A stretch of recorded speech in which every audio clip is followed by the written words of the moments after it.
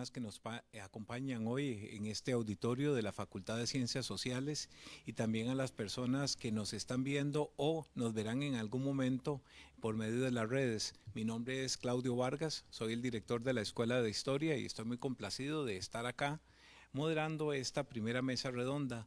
Esta actividad forma parte de una serie de otras actividades que se enmarcan en la celebración del 50º aniversario de la Facultad de Ciencias Sociales.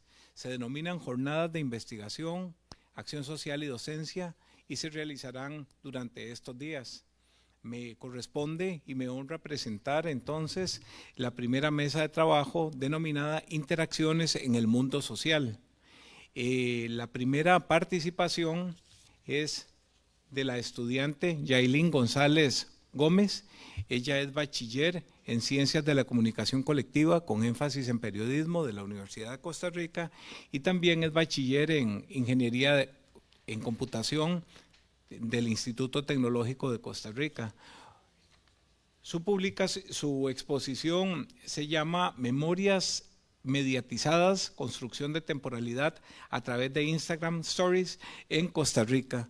Cada expositor o cada grupo de expositores, porque en este caso será una persona, pero en el tercer grupo son 3 personas, en total tiene cada exposición 20 minutos. Cuando falten 5 minutos, yo le haré la indicación.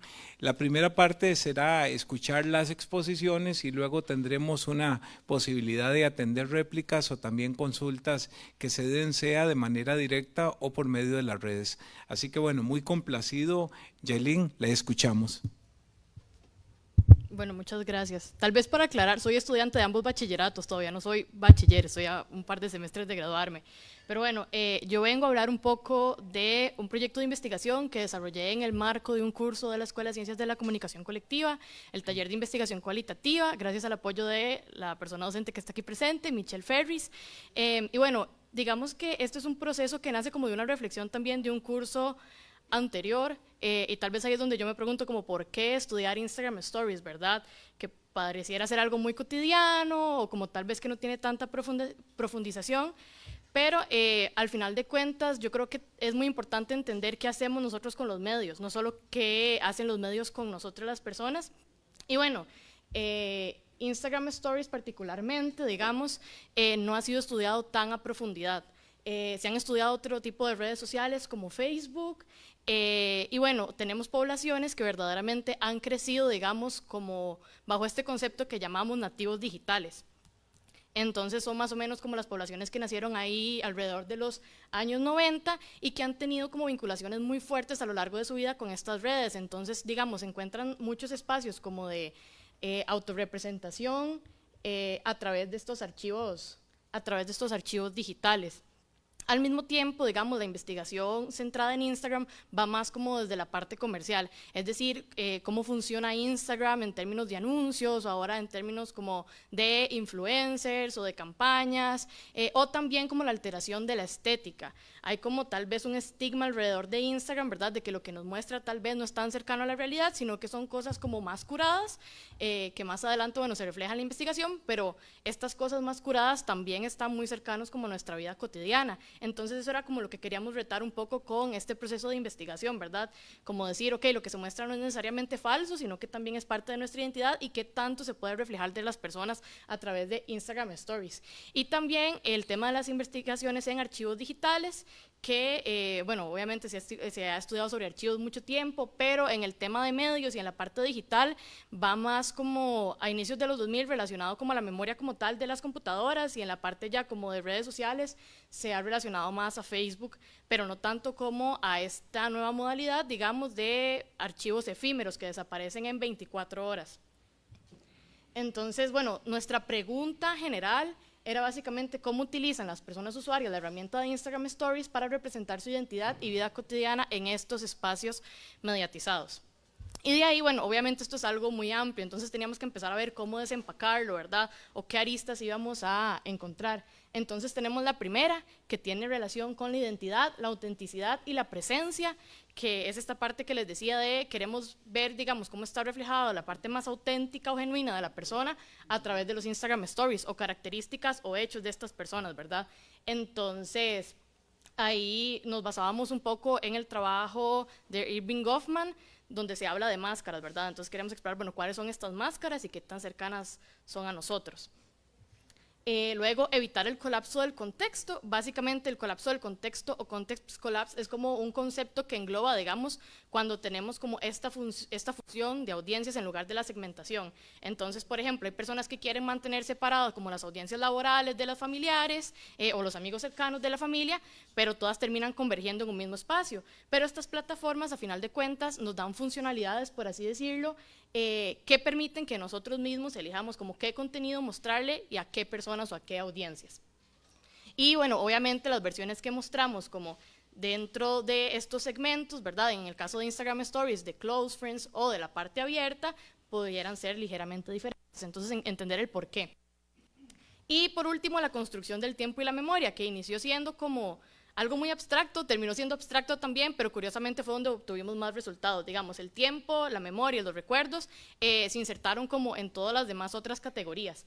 Entonces aquí queríamos entender, ¿verdad?, cómo es esta construcción temporal de la vida de las personas a través del archivo, cómo se guarda el contenido pasado y qué emociones evoca revisitar ese contenido. Bueno, para la parte metodológica, obviamente como fue en el marco de un curso, tuvimos un semestre para hacer la recolección de datos y decidimos trabajar con una población de personas jóvenes entre los 18 y 35 años que tuvieran algún vínculo académico con la Universidad de Costa Rica. Entonces, obviamente, los resultados de esta investigación se pueden extrapolar a esta población. Y al mismo tiempo decidimos que fueran estas personas, no solo por un asunto de facilidad, ¿verdad?, sino también porque en términos de Instagram, y lo muestran los resultados del Centro de Investigación en Comunicación, ese es el rango etario, digamos, que más utiliza Instagram. Decidimos excluir, ¿verdad?, aquellos usuarios que rara vez o nunca usan Instagram Stories, porque obviamente no era la idea, y a las cuentas que tenían un enfoque comercial, promocional o de emprendimiento, porque queríamos dejarlo como meramente personal, ¿verdad? Es de enfoque cualitativo porque el curso se enmarca obviamente en taller de investigación cualitativa y al mismo tiempo, o sea, nos interesaba esta parte cualitativa más que cuantitativa, no solo por el curso, sino porque también lo que encontramos al revisitar, digamos, como otras investigaciones que se han hecho, es que cuando se aborda en Instagram Stories también se hace desde una parte muy cuantitativa. Entonces es como cuántas selfies publica una persona, ¿verdad? O cuántas veces se utilizan ciertos elementos o affordances, digamos, que da la plataforma. Entonces sí queríamos tener como mucho más matiz, por así decirlo, e indagar un poco más en el uso de las herramientas. Y bueno, tuvimos entrevistas y focus group. Inicialmente empezamos como con el proceso de observación etnográfica, pero eso fue como más generalizado del uso de celular y redes sociales, y ya enfocado solo en Instagram Stories, tuvimos las entrevistas y los focus group, que aquí, bueno, decidí explicar un poco como, digamos, cada una de las herramientas porque, digamos, varió un poco. Obviamente, en las entrevistas buscábamos como que las personas nos contaran sus experiencias, ¿verdad? De cuál es su vinculación con Instagram, qué tipo de contenido publica, y cómo es esa diferenciación entre el contenido público y el contenido privado en la función de close friends o de amigos cercanos, cómo se sienten las personas después de publicar, justamente qué quieren mostrarle a todo el mundo, digamos, o qué quieren mostrar solo como un círculo de confianza, por qué postear stories y no postear como lo que llamamos el feed o el timeline, que esa era la parte importante y justamente donde queríamos hacer la diferenciación con los estudios anteriores que iban más a Facebook, ¿verdad? Que en stories básicamente los archivos o las publicaciones, los videos desaparecen del ojo público a las 24 horas y también son archivos de corta duración, digamos, la imagen se ve solo por 3 segundos, uno puede volverla a ver, pero digamos se mantiene como solo por 3 segundos, o los videos que iniciaron siendo de 15 y ahora son de 1 minuto. Entonces, ¿qué motivaba a la gente a publicar ahora ya en las stories y no como antes, como hacer ese chorro de spam, como dirían, en el feed o como en el carrete? Y bueno, ¿qué emociones evoca revisitar el repositorio de archivo? Ya luego cerrábamos como con una parte más reflexiva también, de qué pasaría si se pierden este tipo de memorias y demás, pero sí, aquí era más como trabajado con personas, eso es una parte importante, era trabajado como con personas que usaban Instagram Stories a diario. Entonces, a las personas que elegimos para entrevistar, era gente que publicaba contenido todos los días, aunque fuera una vez al día. En el grupo focal sí se intentó hacer como más de interactividad, entonces los pusimos como a crear Instagram Stories.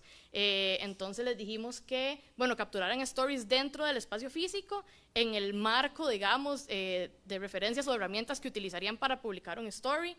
Obviamente estábamos como en un aula y demás, entonces era un poco limitado, pero ahí se mostró bastante la creatividad de las personas participantes.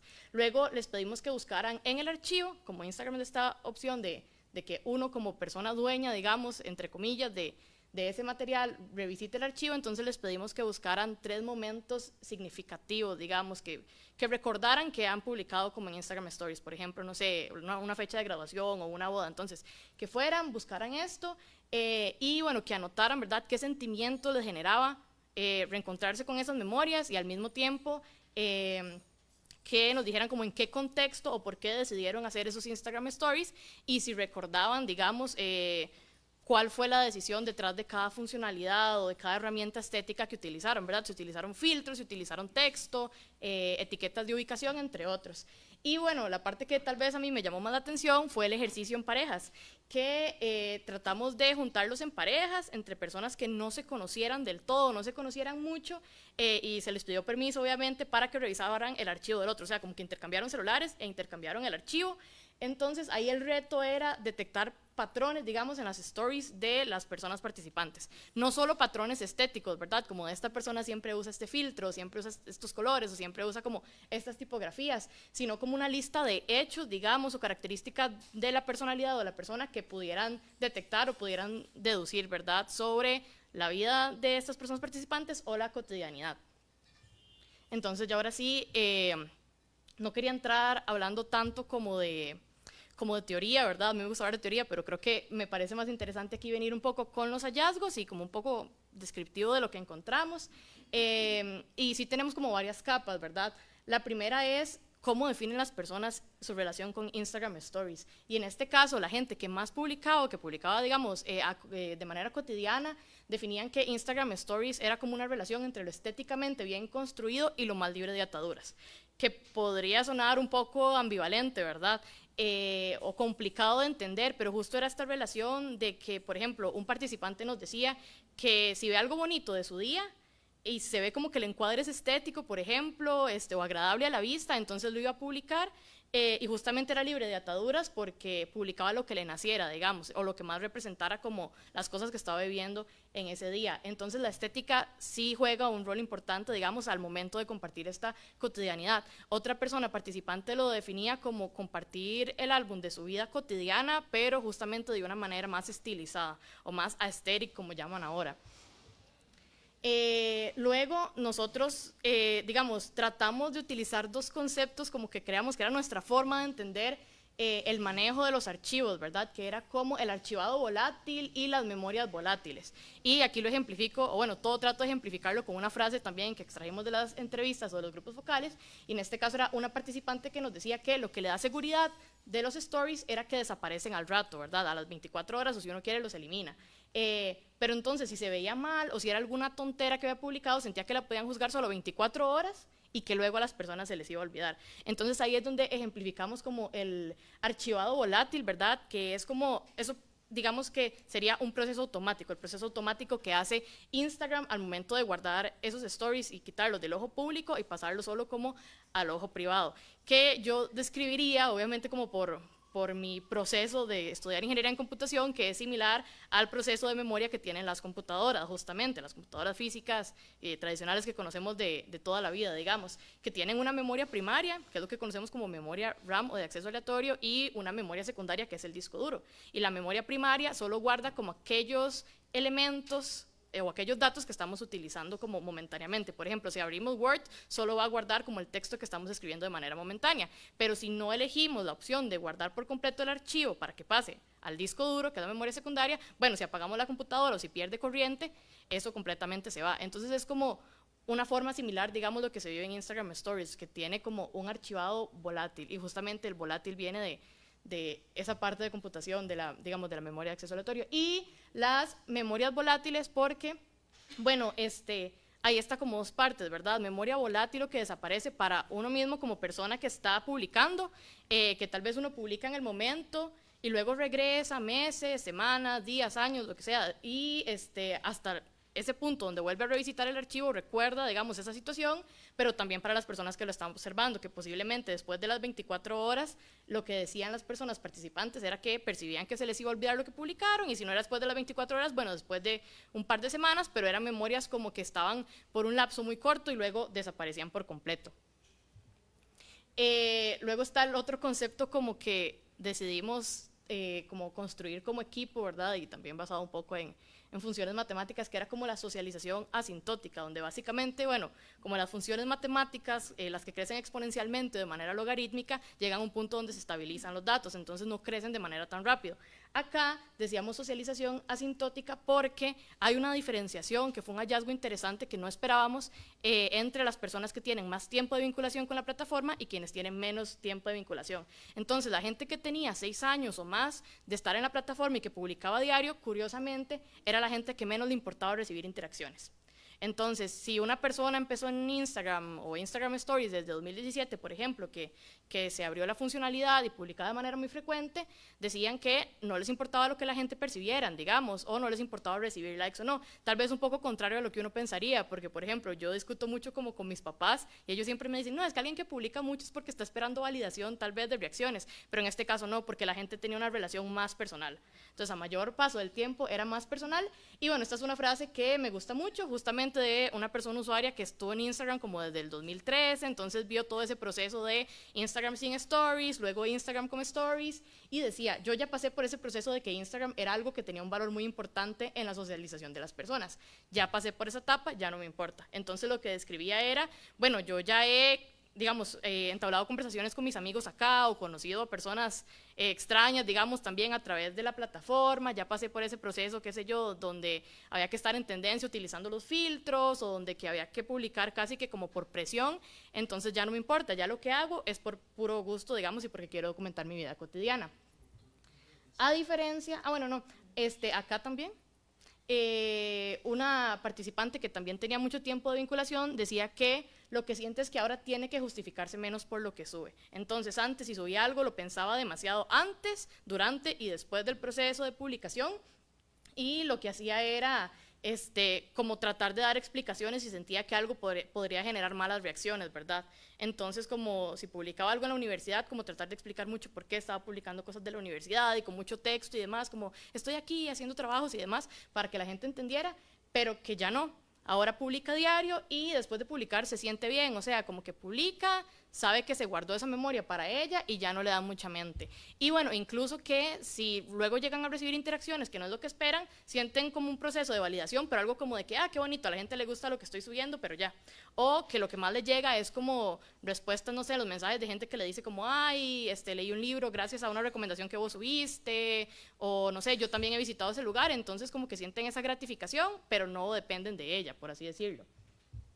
Y luego está como un filtrado por capas. Justamente esto sí se repetía como entre, ¿cómo decirlo?, entre tanto las personas que publicaban mucho, las personas que publicaban menos, de que ahora como con tantos bots que aparecen en las redes sociales sí necesitaban hacer sus cuentas privadas, o por lo menos estar filtrando y limpiando quienes entraban, y también porque luego empezaba a entrar gente como desconocida, con quienes no tenían relación o no tenían seguidores en común. Entonces hacen un filtrado como de primero cuenta privada o limpiar seguidores, luego tienen la lista de stories pública, luego la lista de close friends, y hay gente que hasta tiene una cuenta secundaria. Entonces ya esos son como 2 capas más, la cuenta secundaria y los close friends de la cuenta secundaria también. Y bueno, eso sí pasaba más en la gente que publicaba menos. Quienes publicaban menos eran quienes más tenían como filtrado de close friends y no close friends, y quienes publicaban más como que ya no le daban tanta mente a que iba para lo público, que iba para lo privado. Pero sí usaban la opción como de mutear o silenciar personas, digamos, como de no quiero ver las historias de esta persona o no quiero que esta persona vea mis historias. O sea, no me importa que lo vea todo el público, pero hay personas en específico o que me generan mala vibra o, como en este caso, querían evitar polémicas con la familia, entonces quitaban a la familia. Y bueno, ya aquí sí se ve la diferencia como, digamos, emocional o afectiva que tienen las personas que publican con menos frecuencia. Una participante decía que no publica tanto de ella misma, pero que ella prefiere publicar un selfie a repostear como, qué sé yo, contenido de su artista favorito, como, qué sé yo, una foto de Taylor Swift o una canción de un álbum nuevo, porque sentía que le estaba dando a la gente un pedazo de su mente. Entonces, que la gente ahora podía saber cuáles eran sus gustos, digamos, y construir una imagen a raíz de esto, que de hecho sí pasó. Cuando hicimos el ejercicio del grupo focal, estos pares que unimos de personas desconocidas lograron identificar muchas cosas de la otra persona, lograron identificar las carreras que estudiaban, lograron identificar, por ejemplo, si tenían mascotas.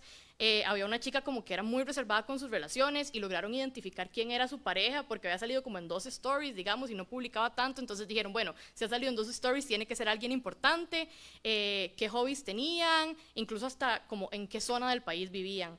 Entonces es algo como no para generar, digamos, caos o paranoia de que, ay, estamos compartiendo mucho de nuestra vida, pero sí tal vez para demostrar que a pesar de que se hace este filtro estético, sigue estando muy cercano a cuáles son nuestra vida cotidiana. Y bueno, está el tema del archivo como diario, que justamente lo describían muchas de las personas participantes como un álbum de su vida, de los momentos buenos y de los momentos malos, pero que no era, bueno, que Instagram les brindaba esta opción de no solo seguir un orden cronológico, sino entender una experiencia estética. Entonces, saber que estaban atravesando buenos o malos momentos a través de una experiencia estética.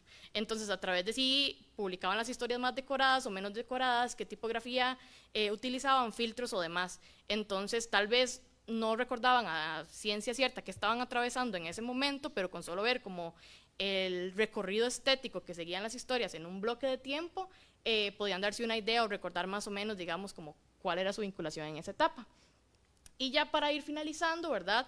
Estaba como el punto más reflexivo importante de, bueno, ¿qué pasaría si eso se pierde? Porque al final de cuentas pensamos que es archivo nuestro, pero está alojado, ¿verdad?, en servidores de estas compañías, de estas plataformas, y bueno, muchísimas críticas alrededor de todo el Big Data y demás, que son súper válidas. Entonces, ¿qué pasa si se pierden, verdad? Y una persona participante nos decía que, bueno, esto es el álbum de su vida, y de lo que fue y de lo que es, y que si pierdes el registro sería muy triste y sentiría que le están arrebatando las memorias. Y es curioso porque estas capturas son del 27 de agosto, hace 2 semanas, donde justamente Instagram tuvo un fallo y varias personas usuarias perdieron el archivo de memorias, y sucedió justo cuando estaba como tomando los datos para esta presentación, de que hubo un fallo técnico y se perdieron algunos archivos, y eso es lo que Instagram les muestra. Entonces la gente está reclamándole a la plataforma porque perdieron esos archivos que sentían que eran de su pertenencia. Y bueno, yo creo que con eso cierro. Muchas gracias.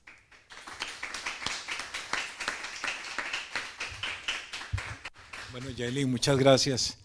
Qué grato para uno que se dedica a la docencia cuando ve ese brinco que pegan los estudiantes y las estudiantes de esta comunicación tan clara, tan oportuna, tan profesional. Verdaderamente que yo me siento complacido de trabajar en esta facultad y en esta universidad, y la felicito. No era necesario que aclarara que es estudiante, porque se comportó como toda una profesional.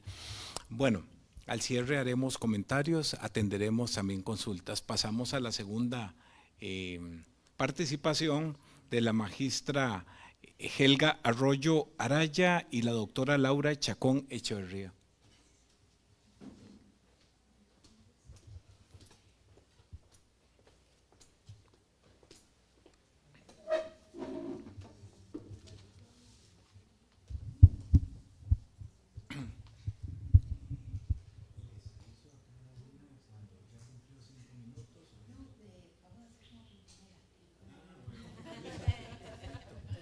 Perfecto, excelente. Bueno, me avisan cuando. Nos avisa cuando ya terminó. Cuando ya. Cuando ya. Cuando viene el aplauso. Por favor.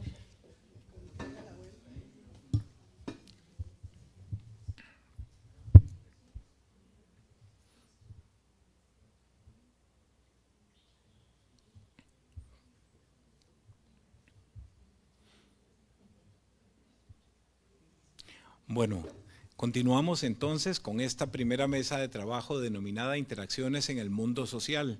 Esta segunda participación se denomina Adolescencias en Vulnerabilidad Psicosocial y la relación con lo digital, la ruta de los efectos. Como indiqué,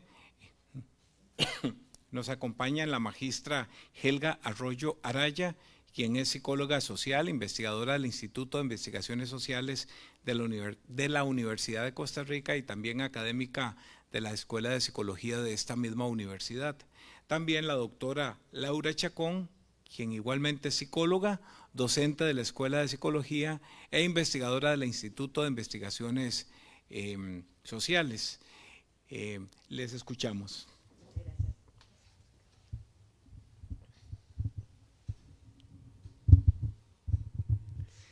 Bueno, buenos días a todas las personas que nos acompañan haciendo cuerpo y presencia acá, a propósito de lo virtual, que a veces nos cobra las presencias y la corporalidad. Bueno, primero que todo, nuestra investigación se llama la relación, como que se va el sonido, ¿no? No se va, soy yo. Entre adolescencia y vulnerabilización psicosocial, y partimos de no denominarlo vulnerabilidad, sino vulnerabilización, porque tiene que ver sobre un efecto estructural que es lo que genera la exclusión y la expulsión y la desigualdad. Y también la ruta de los afectos, porque es precisamente el circuito de los afectos lo que nos puede sostener en la construcción de este proyecto de vida. Bueno, situado esto, nosotras, Laura y yo, llevamos mucho tiempo trabajando, Laura en Pavas y yo en Talamanca, y bueno, y esta pregunta sobre cómo se configuran las adolescencias, en el marco de los mundos digitales, a propósito de la presencia. Sí, es que yo creo que...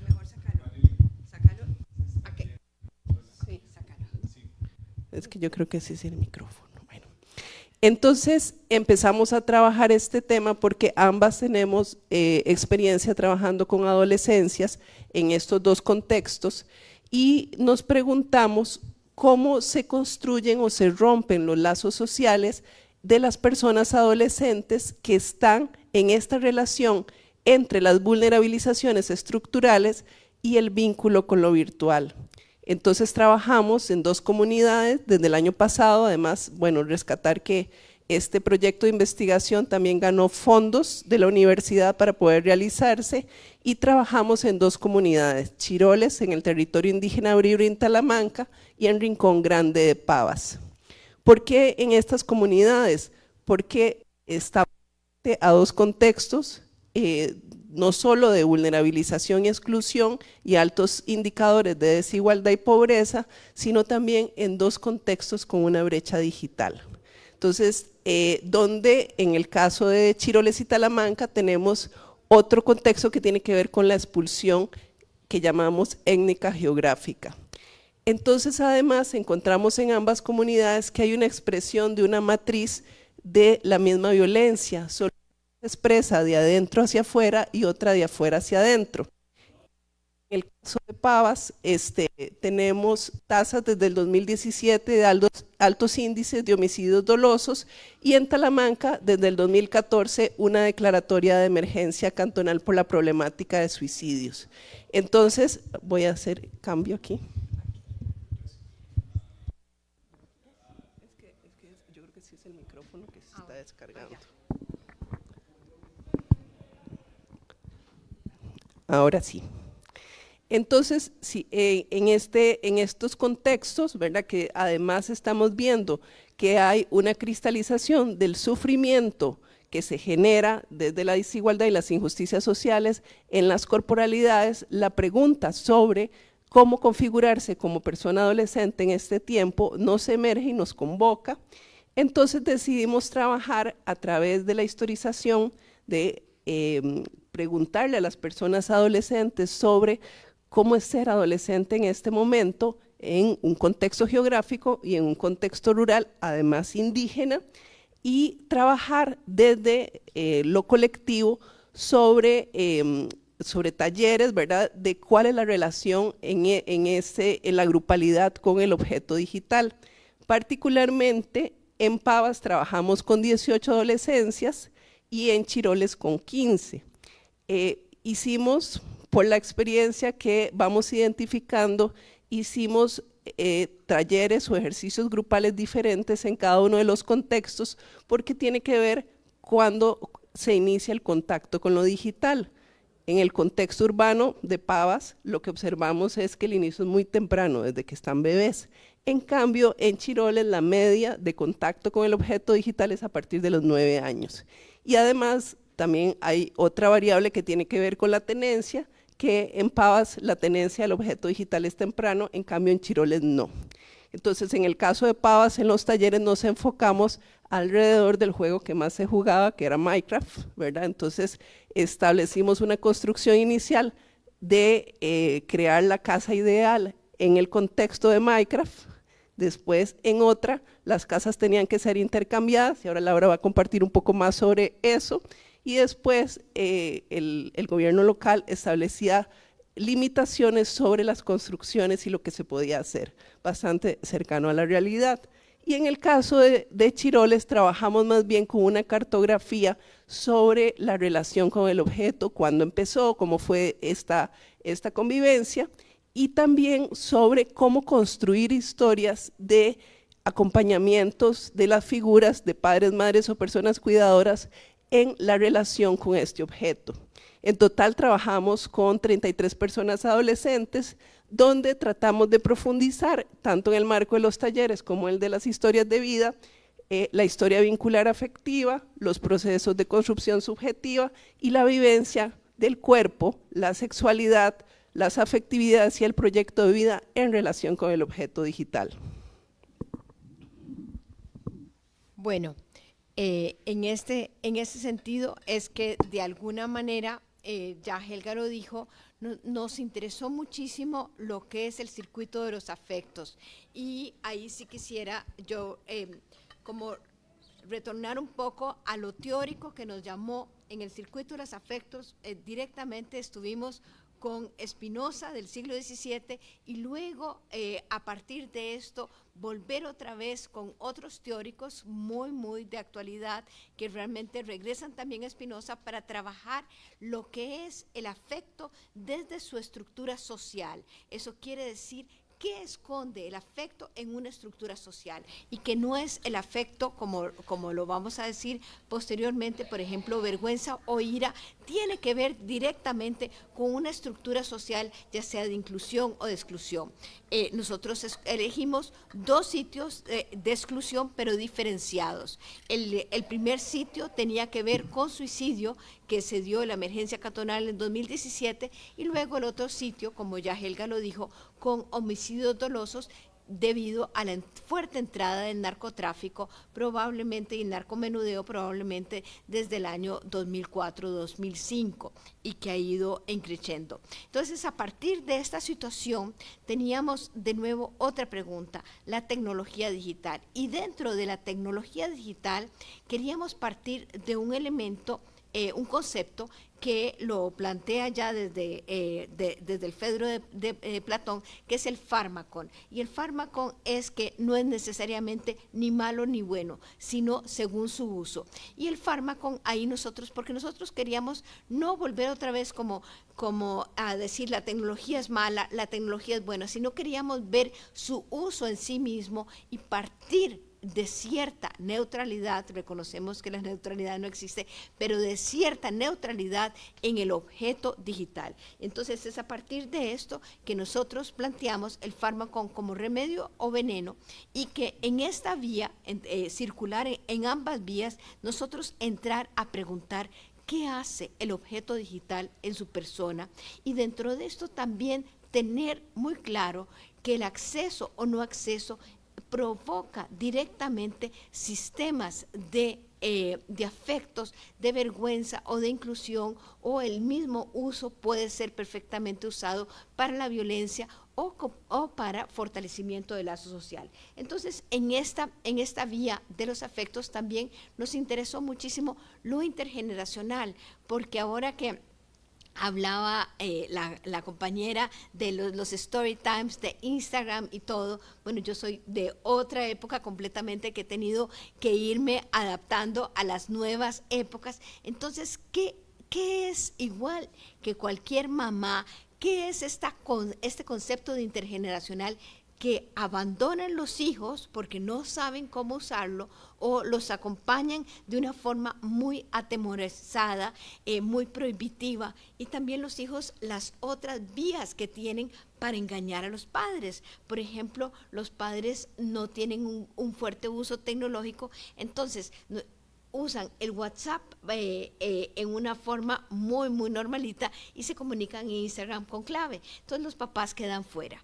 Pero al quedar fuera los padres, muchas veces quedan en un desierto de aislamiento y sufren muchísimo de situaciones de bullying, de situaciones complejas que pueden darse y ni los profesores ni los padres pueden enterarse. Más o menos por ahí vamos en los hallazgos y de alguna forma lo que nosotros estaríamos pensando en esta convocatoria, ¿qué es lo que nosotros quisiéramos entregar al final de esta investigación? Lo que nosotros queremos entregar es esta posibilidad de comunicación, de conocer a profundidad estos afectos a partir de estas estructuras sociales digamos, de exclusión.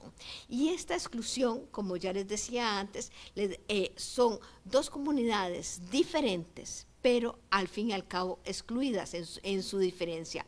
Hay algo muy, muy importante que Helga va a trabajar en un momentito, que es la muerte de la lengua, que realmente impacta tanto como esa tradición queda sin archivística. Ahora que hablaban cómo esta generación, más que la mía, es una generación como de archivística de los tatuajes, cada cosa, números, fenómenos, ahí ponerlo, mi generación no es esta, la archivística que yo veo, por ejemplo, los jóvenes de ahora, mis hijos, que ven una comida rica, ya le están tomando fotos y uno tiene que tener comprensión para decir por qué esto es importante para otros, pero bueno, es importante en la estética que vos hablabas y en esa diferencia. Entonces, en esta marca, de alguna forma, nosotros, lo que nos convocó es esta pregunta directamente, no solamente generacional, no solamente en la tecnología digital, no solamente en la expulsión de este acceso a la tecnología digital, sino las dos modalidades de construcción en estas comunidades. Y muy pronto vamos a llegar a que la violencia es diferente en función de estas condiciones de expulsión. Más o menos por ahí estamos. Sí, precisamente desde este lugar vamos a compartir los hallazgos preliminares que hemos encontrado.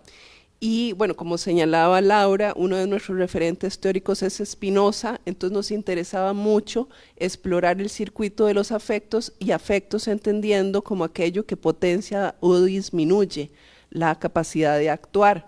Entonces, lo que nos encontramos en el caso de las adolescencias en Chiroles y Talamanca, que aquí es importante ubicar que nosotros realizamos una investigación de la Escuela de Psicología en el 2015 para entender cuáles eran los factores incidentes del suicidio, y una de las conclusiones es que hay un trauma psicosocial, pero que además estaba siendo dinamizado por los tiempos tan rápidos de la entrada del paradigma tecnológico. Entonces, explorar la percepción subjetiva sobre lo tecnológico era fundamental, porque además la comunidad de Chiroles es una de las comunidades más aculturizadas y que en el momento de la declaratoria, en el 2014, presentaba los mayores índices de suicidio.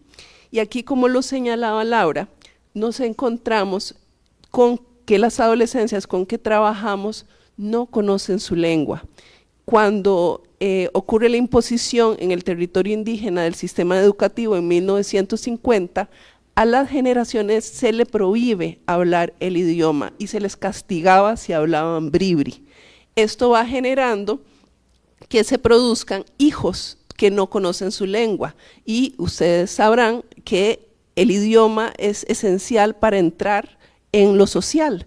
Entonces, si acá estamos enfrentando una amenaza de pérdida de la lengua que constituye el sentido de ser indígena y el etos indígena en la transmisión de los códigos culturales, ¿verdad? Entonces, y que son quienes dan las coordenadas simbólicas de la vida para poder futurizar, para poder encontrarnos desde un lugar de sentido y tener perspectiva de futuro, y estamos de frente con adolescencias que no saben hablar el idioma, porque sus padres son los hijos de esta generación perdida, como dice el sociólogo indígena Bribri Michael Morales.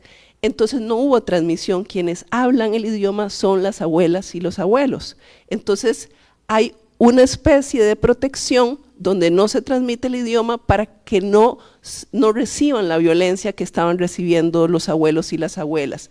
Y acá lo que vamos encontrando a nivel de afectos es que hay un afecto basado en la potencia que tiene que ver con la fascinación hacia lo tecnológico.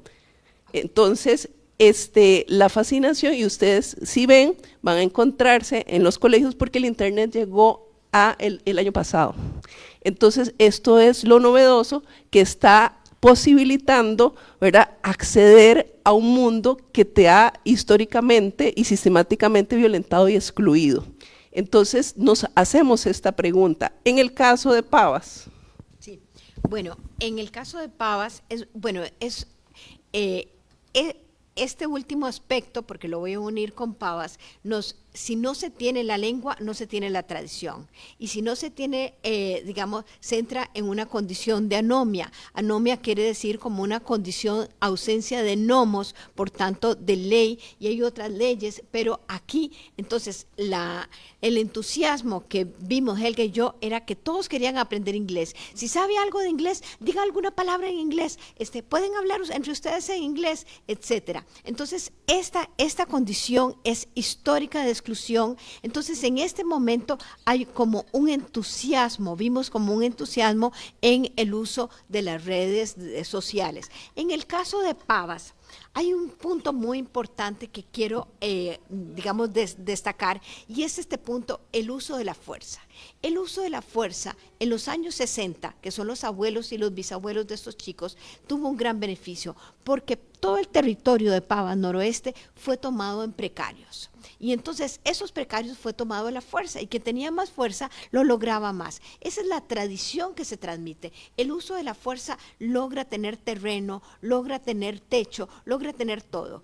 Ahora los nietos y los bisnietos conocen esta historia, no la aplican igual como yo la interpreto, pero yo he hecho estudios, digamos, transgeneracionales, no la aplican exactamente como yo lo digo, pero ellos pelean otro territorio, que es la esquina de la venta de drogas. Son espacios, es un estudio del espacio, y ese estudio del espacio les hace a ellos tener directamente una condición en que la fuerza, la venganza, la violencia va a dar resultados como le dio a las generaciones precederas, y en este momento se están muriendo a los 20, 25 años. Llegamos nosotros con nuestros juegos de Minecraft y todo esto, y lo que se veía era una potencialización de estas condiciones. Es decir, como lo vamos a tener en uno de nuestros resultados, la tecnología finalmente no hace más que potenciar las condiciones históricas, estructurales que están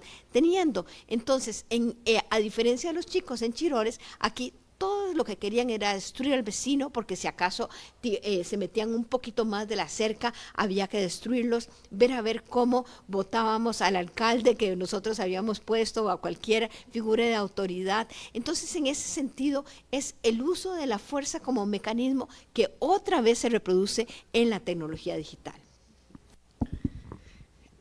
Y bueno, esto nos lleva de manera preliminar a concluir que es importante situar que la tecnología no es quien crea subjetividades, y esto es central, ¿verdad? Porque no podemos atribuirle un estatuto de omnipotencia, pero sí acentúa las problemáticas existentes. Y quizás una de las conclusiones centrales que comparten ambas comunidades tiene que ver con que la tecnología es un fármaco que reproduce la dialéctica de inclusión y exclusión, genera una ilusión de inclusión, pero al mismo tiempo excluye, produciéndose una doble exclusión, no solo de lo geográfico, sino también del ámbito de lo virtual. Y como apuntaba Laura, es muy claro para nosotros que las adolescencias que están en un estado de abandono de la institucionalidad van a potenciar las vías de destrucción o autodestrucción porque se fragilizan los recursos de edificación de proyectos desde una vía posible que esté alejada de la violencia y tenga la creación como eje dominante. Ya para cerrar, yo quería volver a retomar los afectos que nosotros hemos encontrado. Esta investigación no ha sido publicada, estamos con conclusiones preliminares y en estos afectos nosotros tenemos 2 centrales que se juegan muchísimo y un tercero un poco más alejado. La vergüenza de ser es un punto muy, muy importante que de nuevo nos devuelve a la estructura social para esta vergüenza. La vergüenza de llamarse de pavas, por ejemplo, la vergüenza del color. Hay un chico que le dijo a una de nuestras colegas que también está trabajando con nosotros, asistente del proyecto, que tienes vergüenza de mi color, dice, porque es un color encendido. La vergüenza es directamente para la ciudadanía, porque hay todos los estudios de Marta Nussbaum, lo que es los afectos y cómo llegan estos a la ciudadanía. La vergüenza es impotencia, porque si usted tiene vergüenza de usted, ya tiene el nivel de impotencia. Y el otro, que es el afecto de la ira. Y en el afecto de la ira, si no se maneja bien, será destrucción, porque la ira puede ser potencia en la medida que logre metaforizarse, pero en la medida que usted tiene que reaccionar en el inmediato, esa ira va a tornarse en una condición finalmente de autodestrucción, como tantos años lo he visto yo en Pavas. Así que muchísimas gracias a los que estuvieron aquí presentes escuchándonos y bueno, volvemos a las preguntas y muchas gracias al señor presidente de mesa. Bueno, muchas gracias a la magistra Helga Arroyo y a la doctora Laura Chacón. Impresionante el impacto, tantas preguntas que genera esto y a quienes estamos en la educación. El impacto mayor para mí es, y uno tantas veces que supone o asume tantas cosas y que aquí le plantea panoramas completamente diferentes, ¿verdad? Es tan fácil estandarizar, aun cuando uno pretenda decir que no, visiones de estudiantes que le llegan y esas tan diferentes vivencias, experiencias, situaciones, y le llama a uno la atención hasta cómo se proyectaría, cómo debería proyectarse esto en la evaluación, ¿verdad? En la asimilación, qué fuerte, qué fuerte. Bueno, muchísimas gracias. No, con mucho gusto.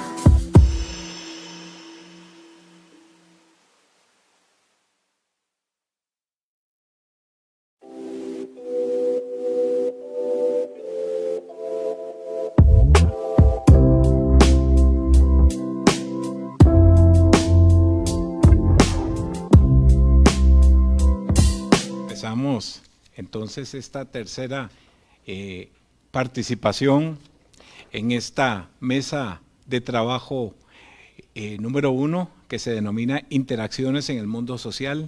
Les recordamos, esta es la primera mesa de la jornada de investigación, acción social y docencia, organizadas por la Facultad de Ciencias Sociales, que estamos celebrando el 50º aniversario. Esta tercera participación se denomina Juego Simbólico y Socialización en Diadas de Madres e Hijos e Hijas. Participan la licenciada Catherine Binda Sánchez, quien es docente de la Escuela de Psicología, investigadora del Instituto de Investigaciones Sociales, la magistra Amarilis Quiroz Ramírez, quien también es docente de la Escuela de Psicología e investigadora del Instituto de Investigaciones Psicológicas y subdirectora de la Escuela de Psicología. Y también el doctor Jorge Sanabria León, queridísimo colega, profesor investigador y director de la Escuela de Psicología. Entonces les escuchamos, Juego Simbólico y Socialización en Diadas de Padres y sus hijos e hijas. Solo que ella también trabaja en psicológicas, no en sociales. Ah, bueno. En psicológicas. Ajá.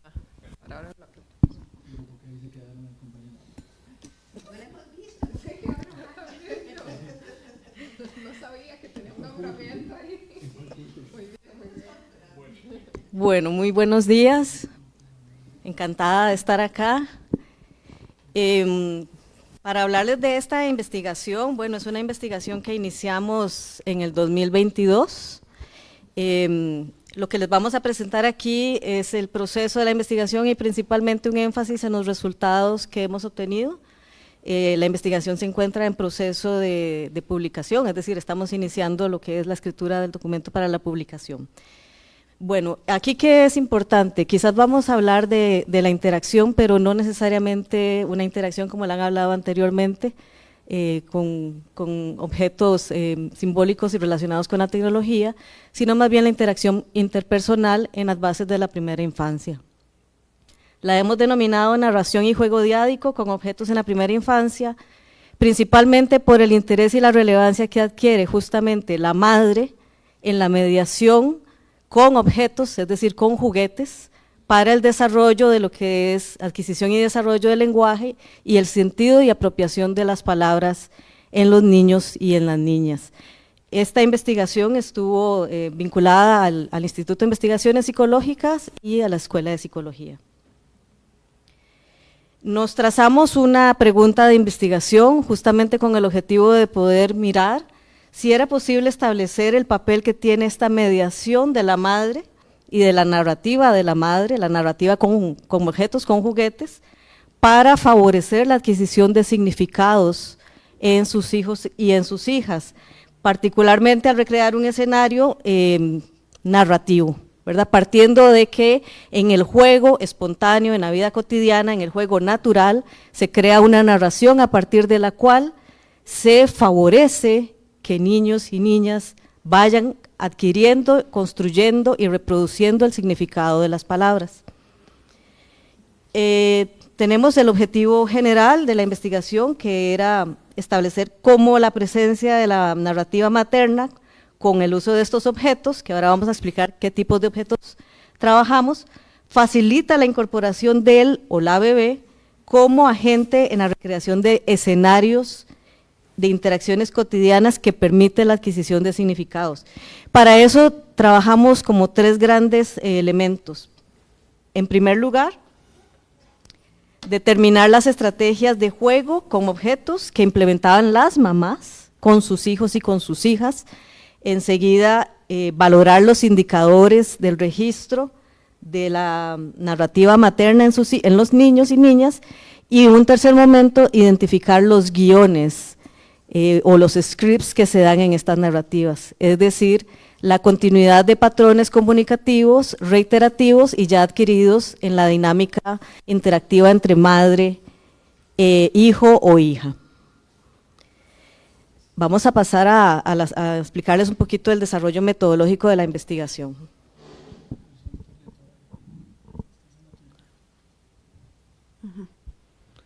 Sí, Bueno, uno de los principios teóricos más importantes acá que nos interesa ver en esta investigación era el tema de que conocemos que existe una cultura en general formada más en lo social, en la comunidad, donde creamos las historias, las reglas y las convenciones, y es muy particular de contexto a contexto.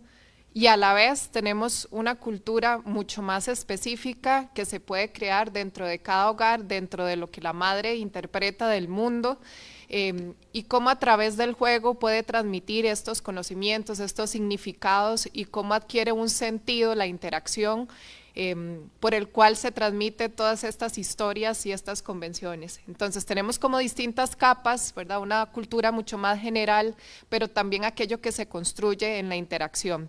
Ambas capas las queremos aproximar. ¿Qué nos define? Es un estudio cualitativo con una muestra pequeña, pero queremos aproximar nosotros como familias costarricenses, con diadas costarricenses, ¿qué es eso que nos define? ¿De qué manera esta parte social se puede transmitir de las personas adultas, en este caso las cuidadoras que son las madres, a la niñez, a sus hijos? Pero también qué podría variar de diada a diada, qué significados son particulares, qué maneras de interactuar, qué narrativas se construyen.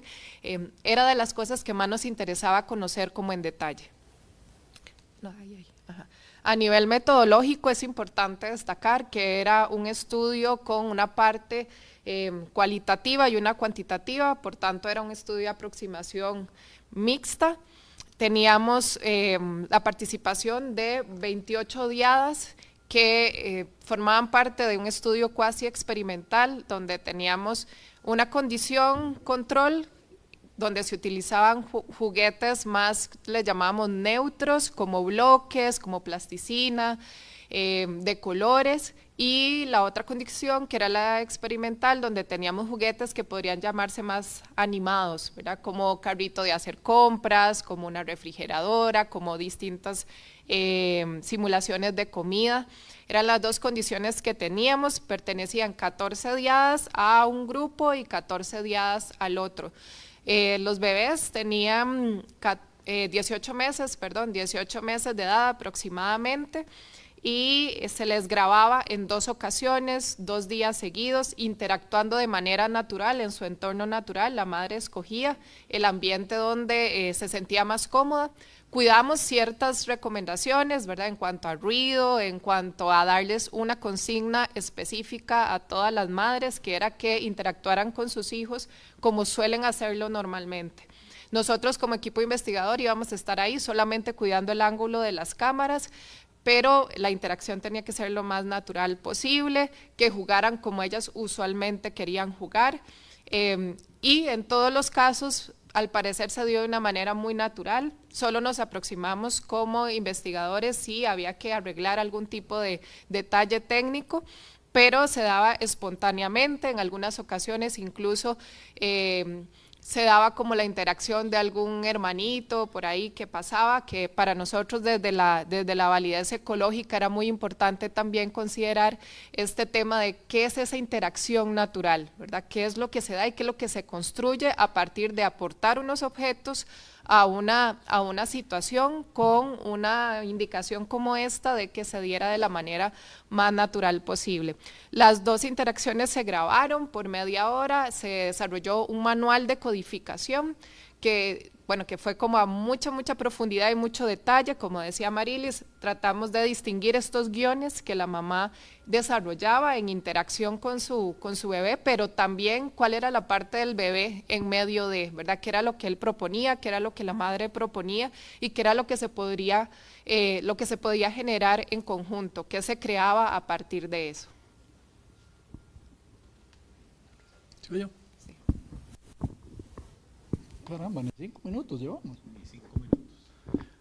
Bueno, 2 pequeños aspectos tal vez de subrayar serían que nosotros vemos a la mamá como un agente social, no nos tratamos de salir de la cuestión diádica de depositar toda la responsabilidad de la crianza en la mamá, sino que la mamá, como habitualmente en la cultura occidentalizada como la nuestra, es en la que recae el gran peso de la crianza, es donde recae también el gran peso de lo que es la transmisión de significados socioculturales y la creación de subjetividad a partir de ellos.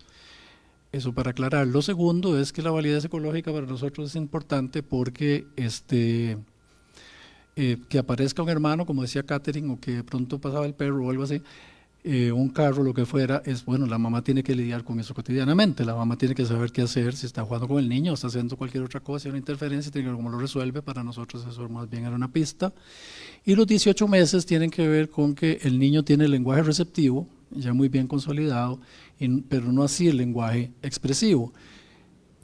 Por lo tanto, estamos apostando, no expusimos las hipótesis en aras de la brevedad, pero estamos apostando a que esta creación de significados se instaura subjetivamente mucho antes de que el niño empiece a hablar. Entonces, es decir, comprende lo social, comprende lo cultural, mucho antes de que empiece a formular, articular palabras, aunque sí hay comunicación, como vamos a ver. Entonces, préstame el coso que se supone que es un láser, si es para no tener que ponerme de pie. ¿Cuáles fueron los hallazgos? Como tenemos un grupo experimental y uno control, y hay niños y niñas, entonces enseño 2x2, ¿verdad? Entonces teníamos que hacer pruebas paramétricas por el pequeño tamaño. No sé cómo se enciende esto. Gracias. Se supone. Entonces, lo más importante es que, pese a que la diferencia es fundamental, todavía no. Sí está, pero no. Está pasándote la filmina, no el. Descuénteme ese tiempo. Ahí está, Claudio. Ok, no importa, está bien. Ahí está. ¿A dónde es? ¿Ya? Aquí. Ok. Bueno, lo primero que encontramos fue que entre lo que llamamos grupo experimental en control, no hay diferencia, es decir, juguetes animados o inanimados le permiten a la mamá construir un escenario de juego. Imaginativo, lo que en inglés se llama pretend play, ¿no? el juego de imaginación, el juego de simulación. Y hay muchas más similitudes que diferencias entre estos dos grupos. Asimismo, es posible que la contrastación esté más bien en cómo se organiza el juego a partir de objetos animados, ¿verdad? Tener animales domésticos, animales de la granja y lo que dijo Catherine también, versus tener puros tucos y puros ¿verdad? Figuras geométricas y eso. Entonces es posible que en la organización haya más diferencia, pero en la funcionalidad y la dinámica lúdica no encontramos ninguna diferencia. Adelante, compañera, por favor. Esto que vemos aquí, ahí, se llama análisis de correspondencia. ¿Qué es lo que nos permite este análisis? Lo que nos permite es ver cuáles diadas se aproximan entre sí en función de qué código nosotros le asignamos el tipo de juego. ¿Ok? Digamos, son rasgos que tienen en común, aun cuando no sea un valor absoluto en común, sino un valor muy aproximado en común, ¿verdad? Y entonces, la figura geométrica del centro que nos dice es a dónde está la mayor cohesión, y la elipse lo que nos permite ver es hasta dónde se extiende esa cohesión, de tal forma que independientemente, ¿verdad?, de cualquier otra cosa, vemos que se forman dos grupos, es decir, dos formas de grabación, de narración lúdica y de juego lúdico durante la sesión. Este es el grupo experimental, no vamos a presentar todos los resultados porque son muchos, sería muy extenso, todo está igual para el grupo experimental, control, etcétera, ¿no? Lo interesante entonces es que hay elementos en común, esos que se alejan de la elipse, ¿verdad?, que agregan muy poco, digamos, si lo viéramos como una varianza, agregan muy poco, ¿verdad?, a la varianza, mientras que aquellos que están más aglomerados son los que tipifican, caracterizan el juego. Ahora, si quieren, podemos ver específicamente cuáles son los códigos, ¿verdad? Pero lo que nos interesa ahora mostrar es que hay dos tipos de narración diferente con los mismos objetos. Hay dos estilos de narrativos que pudimos identificar. Adelante, compañera. Entonces, eso que ustedes acaban de ver está desprendido de situaciones que nosotros codificamos microgenéticamente, es decir, cómo se va desarrollando la narración, a partir de interacciones o de instantes durante la interacción que duró 30 minutos y se repitió 24 horas después, nada más para ver si había cohesión del elemento, ¿no?, cohesión simbólica. Y entonces ahí vemos, ¿verdad?, cómo la mamá narra y parte de nuestra hipótesis se cumple en la medida en que narra de eventos. Solo me quedan 5 minutos ya. Digámosle que sí. Ok. Lleva 5 minutos. Eso me lo explica después.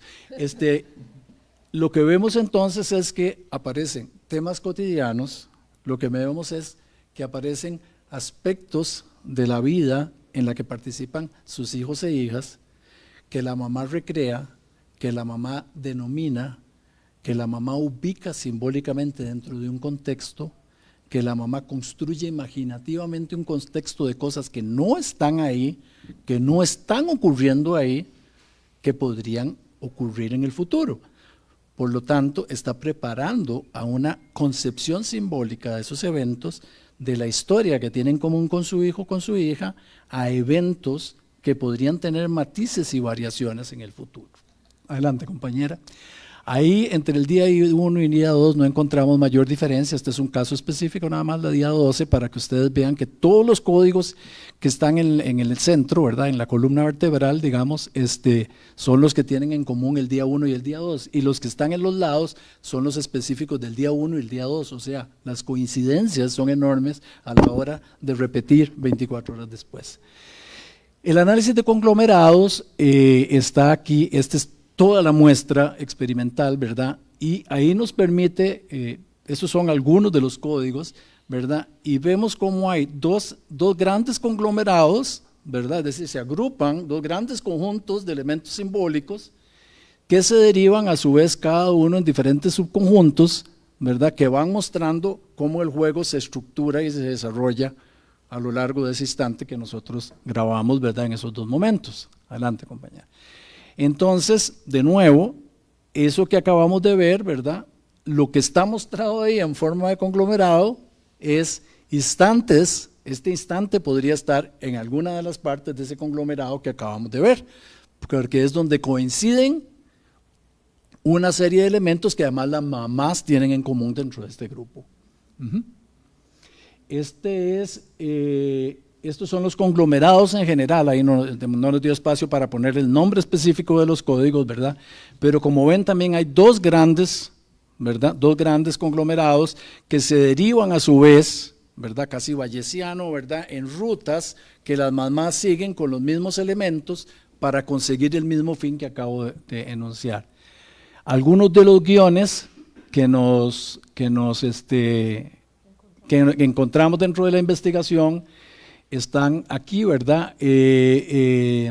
Las mamás tienen poca iniciativa, digamos, dejan mucho la iniciativa del lado del bebé.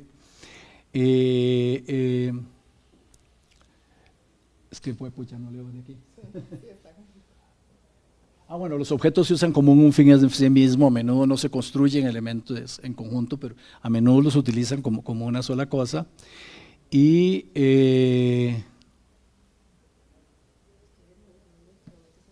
ok, gracias. Y hay una gran apertura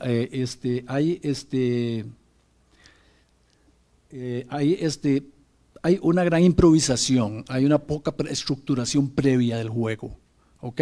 No es como vamos a jugar a los jaxes o vamos a jugar a Quedó o ese tipo, no la lleva, se llama ahora, Quedó se llama, sí, ahora se llama la lleva. Entonces, continuando con estos guiones, ¿verdad?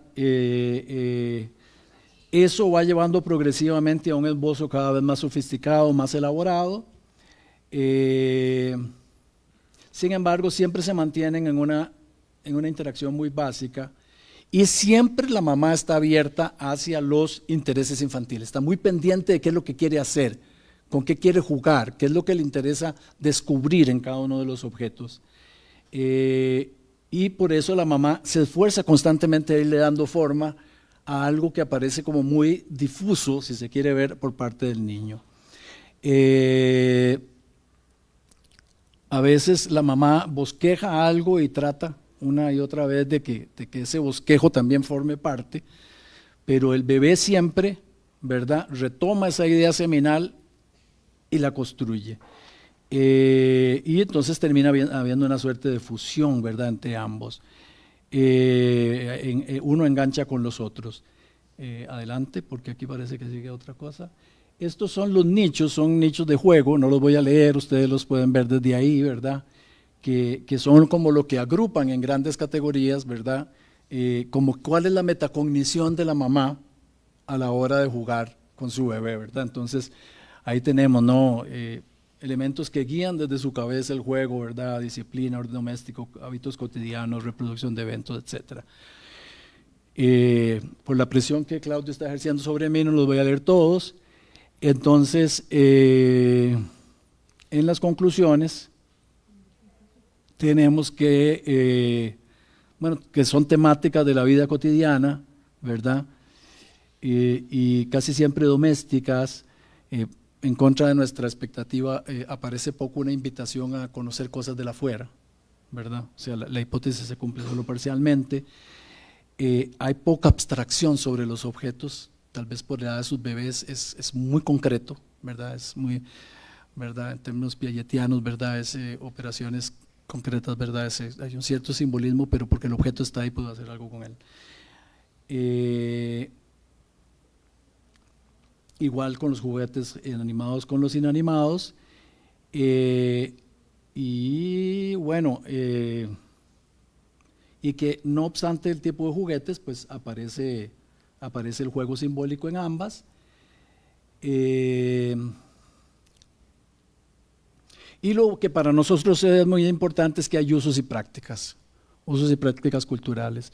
Es decir, jugar a cocinar no es lo mismo en todas partes, ¿no? Entonces hay una especificidad ahí, una guía hacia la especificidad del contexto que hablaba Catherine hace un rato, y que además el jugar es una actividad absolutamente natural, ¿verdad? A las mamás no les resultó raro, espontáneamente lo hicieron, incluyo aquellas que trabajan, y que esta actividad muy probablemente la mamá la realiza cotidianamente a menudo, ¿verdad? En juegos de pequeña o de larga duración, ¿verdad? Durante la alimentación, es una extrapolación, ¿verdad? Muy probablemente, ¿verdad? Este juego simbólico que se presenta en los dos grupos, que solo hecho de que encuentren factible jugar con sus bebés sobre esas cosas es porque es parte de la cotidianidad, y esa parte de la cotidianidad es la que les ayuda a consolidar, transmitir y preparar a sus hijos e hijas como agentes sociales. Muchas gracias. Voy a aprovechar, posiblemente me descuidé por estar con asuntos de tiempo. ¿Me pueden recordar cuál fue la población que fue estudiada? Por favor, muy brevemente. Sí, claro. Nosotros escogimos una muestra totalmente al azar, o sea, no al azar, no, a conveniencia, ¿verdad? Porque es muy difícil encontrar una mamá que esté dispuesta a sacar 2 días seguidos, 1 hora de su tiempo a trabajar con nosotros, si fuera que nosotros fuéramos hasta allá o ella viniera hasta aquí. Lo único es que tenía que tener 18 meses, por lo que expliqué antes, ¿verdad? Porque el lenguaje receptivo está consolidado, el expresivo no. Y nosotros esperábamos que este fenómeno de comprensión por parte del niño de qué es lo que está sucediendo, de comprensión simbólica de los eventos, se dé aún y cuando todavía no puede articular palabras. Y son 28 diadas, 14 y 14, 14 jugaron con objetos inertes, digamos, cubos y todo eso, y los otros 14 jugaron con juguetes animados. Está balanceada por género, 7 niñas, 7 niños en cada una, y hay niños de todo el gran área metropolitana, ¿verdad? Así que fuimos a escorar allá a La Juela por un lugar que no me acuerdo del nombre. Y esta compañera que está aquí tiene un sexto sentido para encontrar mamás con bebés de 18 meses, porque fuimos a escolar allá a un lugar por Los Santos, de cuya existencia yo ni siquiera tenía conciencia en ese momento. Bueno, muchas gracias. Vamos a hacer un cierre acá. Como les indicamos, esta mesa se tituló Interacciones en el mundo social. La primera exposición estuvo a cargo del estudiante Yailin González Gómez con su ponencia Memorias mediatizadas, construcción de temporalidad a través del Instagram Stories en Costa Rica. Esta investigación analizó cómo los jóvenes usuarios de Instagram Stories utilizan la plataforma analizando rituales de compartición, comportamiento de audiencias y percepciones de temporalidad. El estudio explora las conexiones entre la apropiación tecnológica y la expresión de identidad en el contexto de las nuevas dinámicas mediáticas y redes sociales. Le voy a hacer una pregunta y la contesta al final. La duda que me queda es, ¿tiene usted la posibilidad de analizar si se dan cambios en la dinámica y qué tipo de cambios con el uso de otras redes, entendiendo también en su exposición que las poblaciones varían? Yo estoy más bien en Facebook y no en soy coherente con la situación de esto, me di cuenta que no podría estar acá, por lo menos sistemáticamente como lo dijeron. La segunda exposición a cargo de la magistra Helga Arroyo Araya y de la doctora Laura Chacón Echeverría se tituló Adolescencias en vulnerabilización psicosocial y la relación con lo digital, la ruta de los afectos. Los resultados que se presentaron son preliminares de una investigación que se titula La relación entre adolescencias en vulnerabilización psicosocial y tecnología digital, la ruta de los efectos y el proyecto de vida del Instituto de Investigaciones Sociales. Responde a la pregunta ¿cómo se construyen o destruyen los lazos sociales de las personas adolescentes en vulnerabilización psicosocial a través de los objetos sociales? Y utilizó como punto de partida, según lo explicaron, el concepto o la noción de fármacon, que puede ser remedio o también puede ser veneno, como también lo explicaron, que es un concepto que permite el análisis del uso de la tecnología como elemento potencializador del lazo social, o en su reverso, el uso adictivo, destructivo del lazo social con otras personas, contra otras personas o contra sí mismas.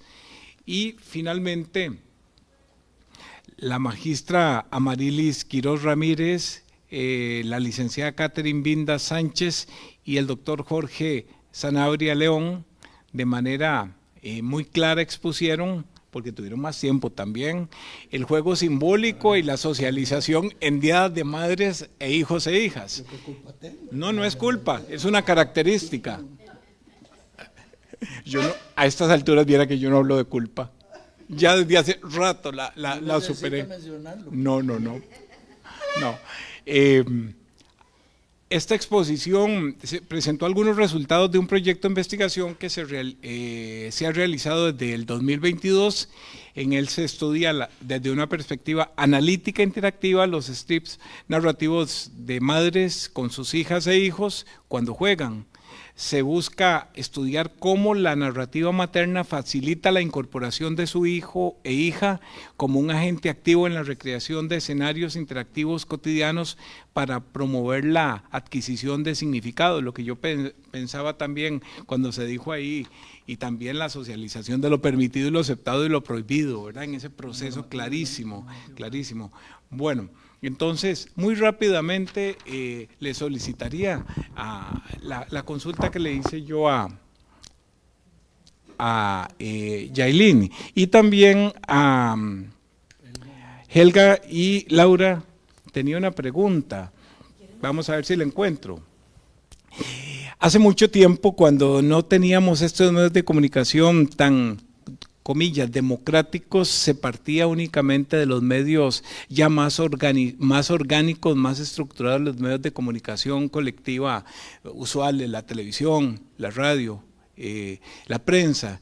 Y bueno, con el paso del tiempo se descartó esa relación como jerárquica o unilateral, y ya se descartó también de que el individuo no era un individuo inerte, sino que había una interacción, una decisión. Entonces, ¿cómo ver ese asunto ahora en la vulnerabilización psicosocial respecto a esa libertad, comillas, que tienen estos medios de comunicación? Es decir, cómo establecer una comparación entre los usos y costumbres de control frente a estos que son pues más abiertos. No sé si pude haber sido claro en lo que pregunté, pero también estaba pensando como historiador a propósito del uso de los medios de comunicación que usan, sí que se está perdiendo también a propósito de formas de comunicación menos, ¿cuál es la palabra? más efímero, pues todo esto simple y sencillamente se pierde, ¿verdad? Entonces pienso yo, ¿y qué van a hacer los historiadores de futuro cuando analicen estos comportamientos, estas situaciones? Porque las fuentes completamente son de una naturaleza más breve, más orgánica, como les dije, más efímera. No, pues sí les pregunté y además tuvieron más tiempo. Voy a responder desde acá. Cuando dijeron resentidos, don Jorge estaba ahí. Bueno, ahora le pregunto. Yo le pregunto por lo menos la hora. Bueno, yo creo que... Bueno, no sé, sí.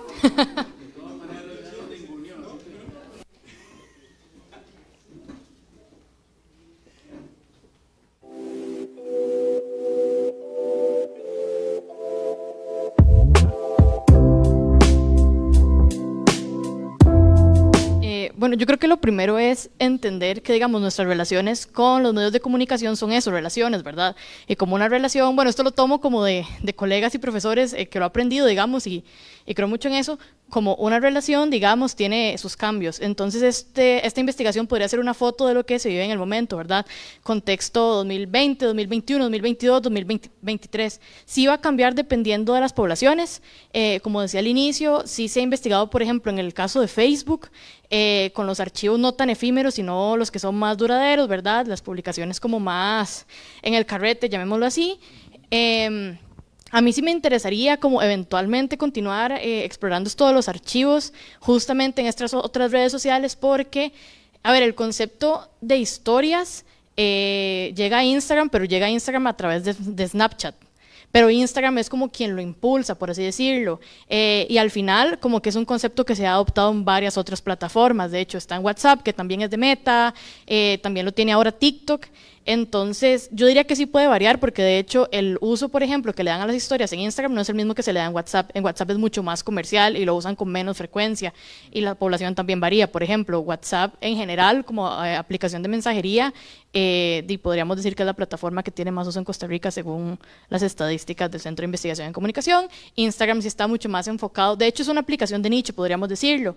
Justamente Instagram como que recoge, digamos, a personas que van saliendo de la secundaria o con estudios universitarios y que viven principalmente en la GAM. Pero eso podría verse muy diferente, por ejemplo, en TikTok, lo que digo, que TikTok sí tiene un porcentaje de penetración en Costa Rica similar al de Instagram, pero la población es muy diferente. Por ejemplo, en TikTok la población tiene más baja escolaridad y como que los rangos etarios no son tan marcados, digamos. Entonces, digamos, para darme cuenta como de estas interacciones en otras plataformas, sería como yo creo que revisitando otros tipos de investigaciones o ya planteando una tal vez con el mismo esquema, pero en otras plataformas, porque yo creo que sí variaría, digamos. No sé si con eso. Gracias. No sé si me entendieron la pregunta. La pregunta es, estamos hablando del espacio digital, que es algo relativamente nuevo, por lo menos para un historiador. El tiempo se maneja desde otra perspectiva. ¿De qué manera esto vino a cambiar o más bien a consolidar otras formas de comunicación, de vulnerabilidad que ya existían? Sí. Bueno, en realidad la pregunta voy a reflexionarla en este momento porque no es, digamos, dentro del marco de investigación nuestro. Sin embargo, definitivamente sí creo dos ámbitos. Uno, me pregunto lo que usted se pregunta, ¿qué harán los historiadores? ¿Cómo harán los historiadores para registrar? Porque el registro, digamos, del intercambio de cartas, todo este registro ya no está. Es un registro muy en el marco de la inmediatez y dentro de ese marco de la inmediatez está el todo, pero está la nada. Porque si usted ve los sistemas de comunicación de una carta, más o menos hay un relato, una narrativa. Los sistemas de comunicación es una foto y algo que quizás pueda entenderse o no entenderse. ¿Qué consecuencias podría pensar, porque no lo he discutido con Helga, a nivel futuro de esto? Realmente a mí me preocupa más que, digamos, más que una perspectiva positiva. Yo tendría una perspectiva con mayor dificultad, porque es el arte de la conversación da al arte del diálogo. Y el arte del diálogo es escuchar al otro para realmente después responder. Y son dos muertes muy importantes que no se están estudiando para mí con la severidad que deberían de estudiarse, porque es nada más una comunicación, pero usted no espera una respuesta, usted espera quizás un like, usted tal vez puede esperar ahí, pero no es realmente como uno aprende a una cuestión en donde yo le estoy diciendo algo, usted me lo debate en un arte de comunicación y luego juntos volvemos a pensar. Esa posibilidad de lazo social se está perdiendo, y al perderse esa posibilidad de lazo social, ¿cómo construir ciudadanía desde este aspecto? Helga. Y quizás agregaría a esto que señala Laura, el tema de la memoria como instancia política, porque también la memoria en los pueblos indígenas es lo que permite poder conectar con la ancestralidad. Entonces hay un debilitamiento de estos procesos, de lo identitario, del sentido del ser indígena.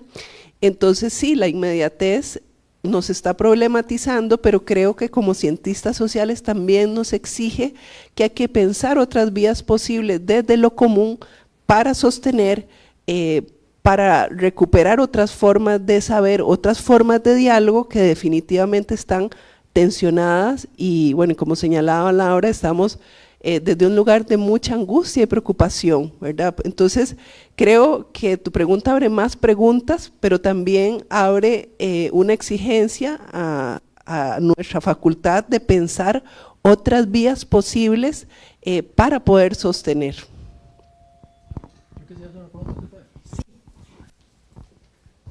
Claro que sí. No soy psicólogo y por eso puedo preguntar cosas que pueden ser disparates para ustedes. Ya le voy a preguntar, ¿qué otras diadas, qué otros momentos importantes en el desarrollo del individuo podemos reconocer posteriores a esos 18 meses y que sean determinantes? ¿Han planteado, han extrapolado ustedes en la investigación? Si es para ustedes, además de lo que quería decir. Ok, gracias. En dos investigaciones previas, en una de las cuales participó Catherine, ¿verdad?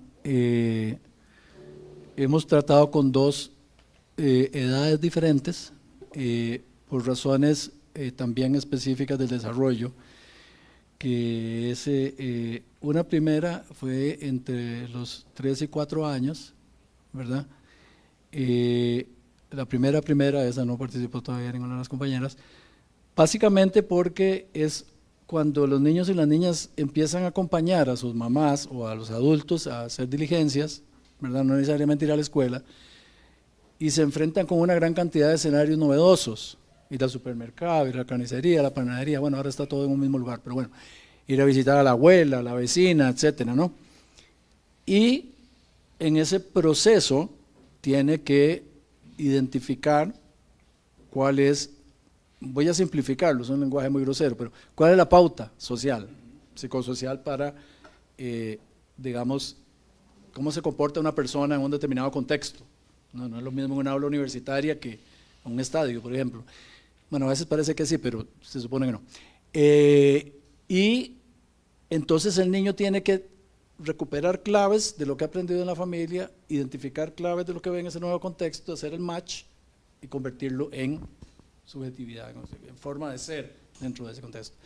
Entonces, los 2 o 3 años fueron importantes. En el otro estudio en que participó Catherine, lo vimos al nacer, a los 6 meses y al año, porque esperábamos que, sobre todo como más primerizas, los esbozos o sea, toda la capacidad que traemos innata para convertirnos en personas, tiene que anudarse, por decirlo así, con el entorno, con el contexto específico para ser una persona miembro de este contexto específico, ¿verdad? Las dos investigaciones que han mencionado creo que tienen que ver con eso. Yo formo parte de, o no formo parte de, y eso empieza muy, muy temprano. Entonces, cómo la estrategia de la mamá va evolucionando en el primer año de vida, ¿no? También lo he estudiado con el profesor Javier Tapia en el periodo más o menos a mediados de la secundaria, cuando las personas importantes para mí dejan de ser las familiares y pasan a ser las amistades. Creo que en ambas están presentes en ambas investigaciones. Y cómo hago esa transición, ¿verdad? En todos los estudios que hemos hecho con Javier Tapia y uno que estamos haciendo ahora es terrible porque los papás estamos totalmente ausentes, ¿verdad? Nunca nos escogen para nada, ni para jugar fútbol en el jardín. Entonces, eso evidencia que recae mucho sobre el lado femenino de la familia, la mamá, las tías, las abuelas, etcétera, ¿no? Pero en la adolescencia, que se constituye, digamos, hay una redefinición de la identidad hacia la adultez, es un momento también crítico, ¿verdad? Porque la narrativa les ayuda a las personas jóvenes frente a sus pares a descubrir quiénes son y cómo son, qué les interesa. Entonces yo diría que esos momentos son los porque nosotros hemos transitado. ¿Okay? Ahora, la pregunta que tenía yo para las compañeras. No nos da tiempo, casi que no nos da tiempo porque teníamos que empezar hace 15 minutos. Entonces, de ahí, Claudio. Sí, Me crea usted la ilusión y yo aquí todo contento porque voy a... Está bien. Hágala. No, es que ahora no la hago. No, nada más entonces les dejo la inquietud porque como ven nosotros hemos estado estudiando el tema de cómo construir la identidad y los retos de la identidad y los tropiezos, digamos, o interferencias en la construcción de la subjetividad.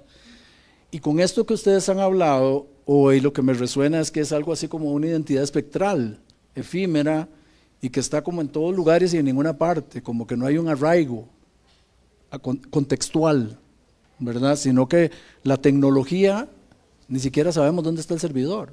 O sea, dónde está mi información, ni siquiera sé. Antes estaba el álbum de fotos, estaba el diario, estaba la abuela que me contaba la anécdota de cuando yo era pequeñito, la mamá. Pero ahora toda esa información, como vos decís, se puede perder en un instante porque falló el servidor y yo realmente no sé cómo juntarla ni en qué orden. No hay nadie que la ordene. Es como una identidad difusa, ¿verdad? Es una espectral, ¿verdad? Es pedazos de mí, de diferentes manifestaciones o manifestados de diferentes formas, en diferentes momentos, ante diferentes personas, pero que no sé cómo lo logran integrar. Digo, igual que Claudio, tengo una brecha generacional, ¿no? Pero me surgió esa inquietud, entonces para no atrasar la siguiente mesa nada más se las transmito. Muchas gracias, Claudio. No, con mucho gusto. Y otro tema importante de la información, que la jerarquiza y que una opinión se convierte también en válida y se reproduce y se impone y se iguala la doxa al episteme, ¿verdad? Que es lo que estamos viviendo. Bueno, muchísimas gracias. Seguimos entonces con doña Marilis.